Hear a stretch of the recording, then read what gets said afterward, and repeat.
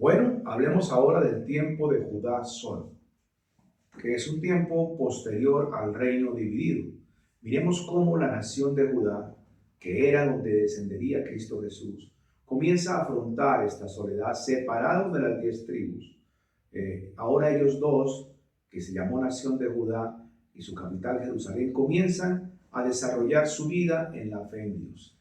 Y nombraron muchos reyes, todos descendientes del rey David, porque se cumplía la promesa cuando Dios le dijo al rey David que de tu casa siempre habrá un gobernante sobre la nación de Israel, sobre su nación, en este caso Judá, después de divididos. Entonces siempre un hijo o un familiar o un descendiente del rey David gobernando la nación de Israel. Se destacan dos grandes gobernantes que conquistaron a estas tribus, que gobernaron esta nación de Judá, que es Ezequías y Josías, ambos hijos del rey David en diferentes generaciones.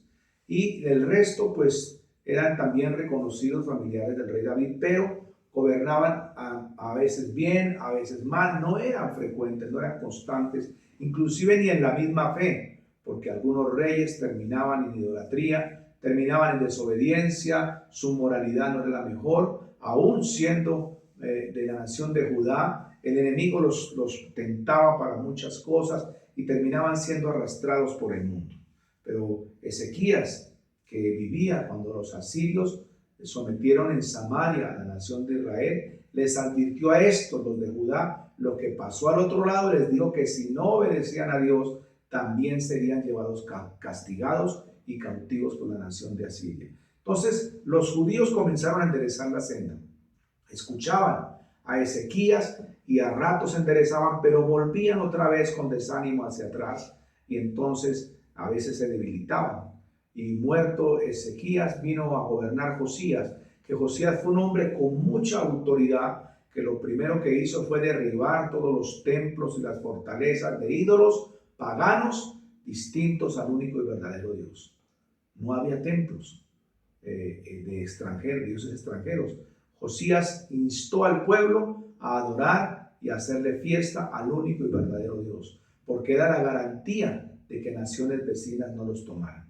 Sin embargo, el pueblo obedeció, hacía cultos, pero volvió a la idolatría. Entonces a Josías le entró mucho temor y se equivocó Josías, porque lo que hizo, pretendiendo ayudarle a Dios, fue irse a negociar a otras naciones para que los defendieran. Josías fue hasta Egipto a pedirle al imperio Egipto que los protegiera. Y en esas negociaciones muchas veces entregó a la nación de Judá en manos de los egipcios. Y con otras naciones también negociaban protección, negociaban seguridad, y eso mermaba el poder y la libertad de la nación de Judá. Esos errores cometidos por Josías disgustaron mucho a Dios. No necesitaban que otras naciones los defendieran, porque Dios siempre los había defendido. El tiempo de Judá solo son dos tribus llamadas Judá que van a la deriva, que no se aferran totalmente a Dios, sino que piensan muchas veces depender de naciones vecinas, fuertes ejércitos que los defendieran, y en esas negociaciones se perdía mucho la relación con Dios. Perder la confianza en Dios fue lo peor que hizo Josías. Es un tiempo muy terrible donde Dios comienza a mirar y Dios enviaba profetas para advertirles que no hicieran eso, que no necesitaban otros dioses, que para eso tenían al Dios soberano, creador de cielos y tierra, para defenderlos. Y Dios les envió profetas para que les hablaran. Les envió a Jeremías, a Ezequiel, a Habacuc, a Sofonías, pero el pueblo no hacía caso. Oídos sordos a la voz de los profetas que les advertían lo que podría pasarles. Entonces hubo otros profetas durante esos años enviados por Dios para llamarle la atención al pueblo y volvieran al camino. Nahum habló contra Siria, Abdías habló contra Edom, los Edom o los rojos carnales, de pasiones bajas, de violencias fuertes, sanguinarios, les advirtió sobre ellos. Y ese tiempo de Judá solo se menciona en la Biblia, en el primer y segundo libro de Reyes y primer y segundo libro de Crónicas. Después de tanta vega de Dios con los profetas para ayudarlos a entender, después de insistir una y otra vez, Dios también se enojó con la nación de Judá y les envió a los babilonios. contra los judíos. Los babilonios vinieron en cabeza del rey Nabucodonosor. En 3 épocas distintas vinieron a arrasar con la nación de Judá y acabar con Jerusalén. La primera vez que vinieron a atacar fue en el año 606 a.C. y en esa vez llevaron cautivos a los nobles y los doctos, y entre ellos estaba el profeta Daniel y sus 3 amigos.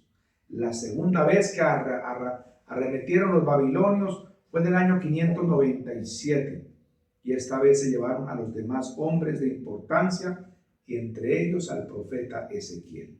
Y la tercera vez finalmente llegaron en el año 586 a.C., y esta vez destruyeron por completo el templo que había construido el rey Salomón, y destruyeron la ciudad de Jerusalén. Y acuérdense que rompen las puertas, las queman, destruyen los muros, derriban el templo, saquean el templo, se llevan todos los ornamentos y llevan cautivas a todas las demás personas. Y había iniciado el tiempo del cautiverio para la nación de Judá. Sin embargo, Dios se guardaba un grupo fiel y pequeño aún y prometía bendición para este pueblo, esa nación escogida del cual vendría el Salvador. El hijo del rey David salvaría a su pueblo de pecado. En nuestra próxima clase hablaremos del tiempo de la cautividad.